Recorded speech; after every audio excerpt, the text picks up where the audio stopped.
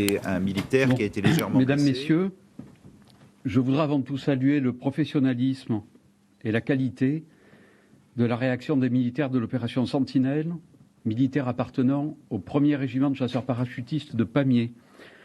Leur intervention, en effet, a mis fin à une action terroriste et permis l'interpellation de son auteur, dont tout indique qu'il était très déterminé. Cette attaque terroriste est intervenue 2 ans, jour pour jour, après l'attaque au couteau de 3 militaires de l'opération Sentinelle à Nice, qui se trouvaient en faction devant un centre communautaire juif.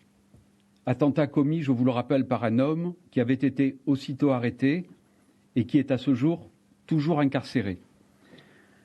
Concernant l'attaque survenue ce matin, au vu du mode opératoire et des propos tenus par l'agresseur, la section antiterroriste de mon parquet a ouvert une enquête en flagrance des chefs de tentative d'assassinat sur personnes dépositaires de l'autorité publique en relation avec une entreprise terroriste et d'associations de malfaiteurs terroristes en vue de la préparation d'un ou plusieurs crimes d'atteinte aux personnes.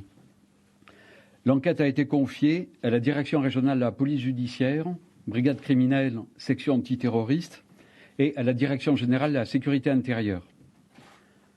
J'en viens donc au déroulement précis des faits. Ce matin, vers 9h, 9h50, alors que 4 militaires de l'opération Sentinelle se trouvaient en patrouille au sous-sol du carrousel du Louvre, dans une zone en amont du point de contrôle des sacs, un individu est arrivé par le grand escalier côté Tuileries. Il était porteur d'un sac à dos, vêtu d'un t-shirt noir avec une tête de mort, armé d'une machette dans chaque main, bras levés et pliés derrière la tête. Apercevant les militaires, il s'est précipité sur eux en criant « Allahu Akbar ». Il a frappé à la tête un premier militaire qui le repoussait. Il s'est précipité alors sur un second militaire qui est tombé au sol et a tenté de lui porter des coups de machette alors que celui-ci se trouvait toujours au sol. Ce militaire l'a repoussé à coups de pied. L'auteur s'est alors dirigé à nouveau vers le militaire au sol qui a tiré une première fois vers la partie basse de l'abdomen, ce qui n'a pas arrêté l'auteur, si bien que le soldat a riposté à nouveau à 3 reprises. L'assaillant est tombé au sol, très grièvement blessé. Il a été transporté à l'hôpital, son pronostic vital est très engagé. Il ressort des éléments recueillis par les enquêteurs que les militaires ont scrupuleusement respecté la doctrine d'emploi d'usage des armes, consistant, après sommation, en un premier tir dans le bas-ventre, destiné à neutraliser, sans le tuer, l'assaillant. Un premier militaire a été légèrement blessé au niveau du cuir chevelu par un coup de machette. Il a été transporté à l'hôpital et s'est vu prescrire 10 jours d'interruption totale de travail. Les constatations réalisées sur place ont permis de confirmer qu'un seul FAMAS avait fait feu. Un agent de sécurité, témoin oculaire de l'agression, a corroboré le déroulement des faits tels que décrits par les militaires. Ce témoin a ainsi indiqué qu'il avait vu l'assaillant foncer sur les militaires et frapper l'un d'eux avec une machette, tout en précisant que l'assaillant ne s'était écroulé qu'à la 3e ou 4e détonation. L'auteur des faits n'a été trouvé porteur d'aucun papier d'identité.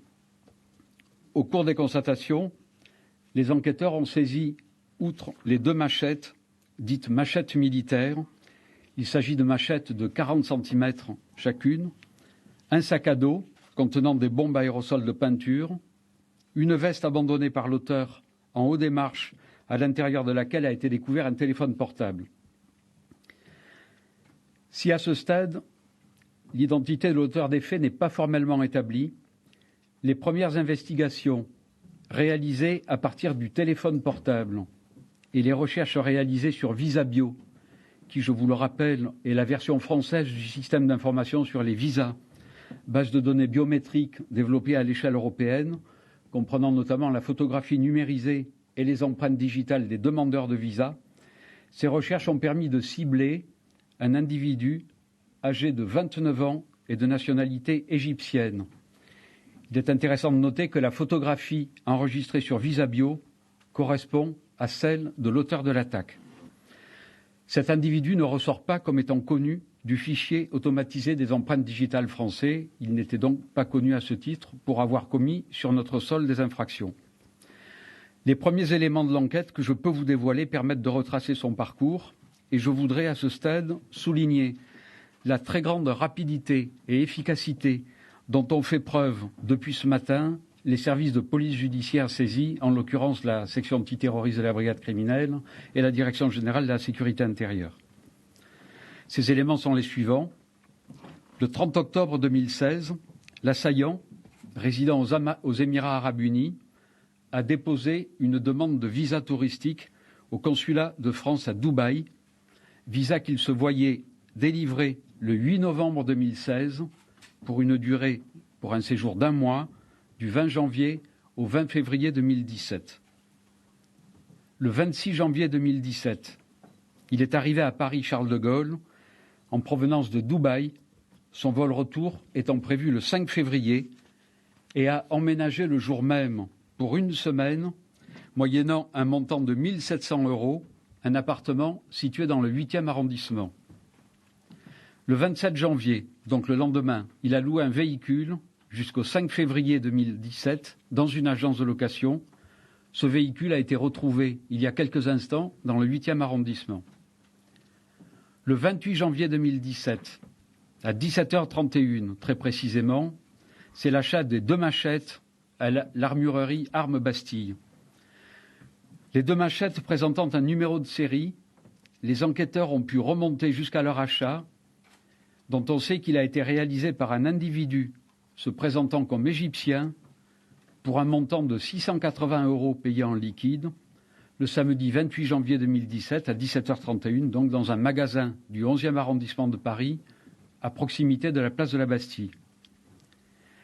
La perquisition effectuée dans le logement qui était occupé, donc appartement loué par l'intéressé, a amené la découverte de plusieurs éléments.